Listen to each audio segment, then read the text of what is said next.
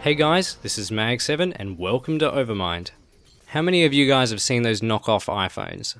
These Chinese manufacturers get pretty creative when it comes to imitating the look and feel of an iPhone, but there's always a thing or two out of place, with some more than others. Some of the higher quality ones work pretty well. They light up, send messages and even receive phone calls, so I guess they're phones in their own right. But at the end of the day, if you wanted a real iPhone, you would have bought the genuine article. It's interesting, that word, genuine. It certainly has a big place in Western society, even if we don't recognise it. If you hop down to your local grocery store, then you're likely to find some authentic Italian pasta. It's made from genuine Italian ingredients, I promise.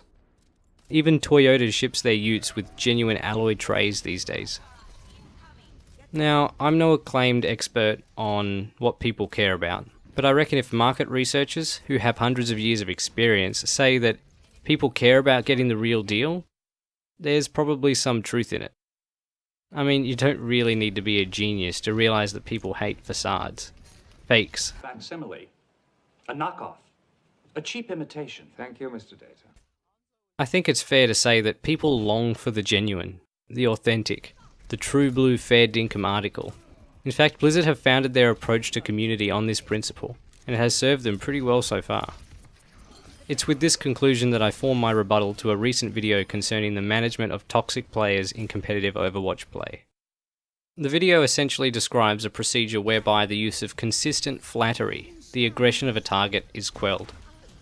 The video has some merits. It advocates a kind disposition and it shuns retaliation, but there are more holes in its strategy than in a cut of Swiss cheese.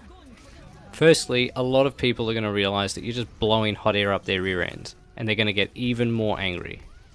Secondly, by flattering with unwarranted compliments, you're giving inaccurate feedback. You're not actually building people up to be better players, you're only preparing them for stunted growth. Imagine if Blizzard, unbeknownst to you, started giving out gold medals for third, second and first highest damage. Your perceived value of that medal would still be high, but the actual value of the medal would be low. The only thing you would get from these medals would be false information, and it would do you more harm than good. One major issue with the prescribed strategy is that it is inherently reactive. When it comes to morale and people's mental states, it is imperative to recognize the fact that humans have emotional inertia.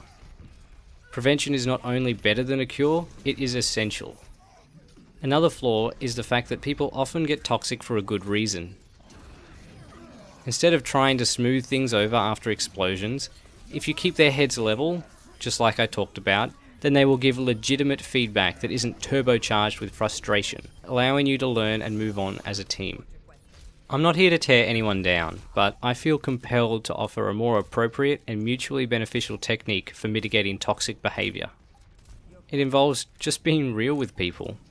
I break it up into 3 phases: the pre-game, the mid-game, and the post-game. This video is getting pretty long, but if you want to hear my solution to the problem and how I personally discourage toxicity in my games, then stay tuned. But for now, an intermission. You got the touch. You got the power. I'm just kidding. Here's the pre-game. Firstly, you'll want to greet everyone collectively at the start. Hey guys, how you going? At this point, you're just being polite. Nothing new here, hopefully. Next, you'll want to ask people something like this. What are you guys comfortable on? Who do you want to play? Make sure that you say comfortable. You don't want guys feeling like they're pressured to play characters that they have never touched. If a person is stubborn and they're saying, I'm good for any hero, man, then just ask him what he's most comfortable on. Check his profile at the same time and see what he's played most this season. People who say they're good for anyone are usually competent with 1 or 2, and then average on the rest, so keep that in mind. At the end of hero selection, the highest ranked players should preferably be on the heroes they're strongest with. By now you've developed a rapport with your team, but no one likes a motor mouth, so keep unnecessary chat to a minimum, and don't be that guy who talks all the time. Quickly summarise how you're going to attack, and get on with it. For example, alright guys, we've got a hog, so let's push from the left and look for picks. Once the game has started, you're into the mid-game section of this guide. Here you'll want to passively look for opportunities to encourage or compliment players. This can be anyone, not just people who you think might be toxic. Generally, the more compliments you give out, the less that they're worth, so be mindful of inflation. I like to give 2 compliments for each time we swap teams, but this is just a general rule. One of these compliments is a reactive compliment, like, "Nice shot, Red 5. And the other compliment takes place in the spawn room usually, and it goes something like this: "You're doing really well on Zarya there, Nivi. Your shields are on point, man." Of course, this is just a template. Don't follow a formula for success. Remember that people want the genuine article, not just a spam bot. Throughout the round, you'll want to use inclusive language, saying stuff like, "We're doing well, guys," or "We need to respect the hook." For the end of the game, I just like to hand out one encouragement. I also prompt one of my pre-made friends to do the same for someone else. Having encouragement come from more than one source increases validity. This is true for the encouragements mid-game as well. It's important not to descend to the same level as flamers even after a game. It's just going to leave a bitter taste in your mouth. By maintaining composure, you'll be heaping burning coals on their heads. I guess I should say that there will always be people committed to being toxic. At the end of the day, these guys have free will, and they will choose to blow up despite your best efforts.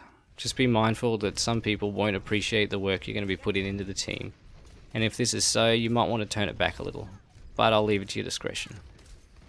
In summary, the stylistic technique does not prevent toxicity, and is therefore flawed.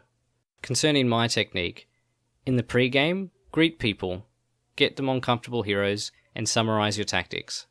In the mid-game, encourage people, and use inclusive language. In the post-game, encourage those who did well, and don't retaliate to flamers.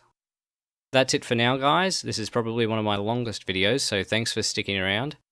If you enjoyed this video, be sure to check out the rest of my videos with a purple background in the thumbnail. These videos are part of my Command School series where I discuss a multitude of topics related to leading a team.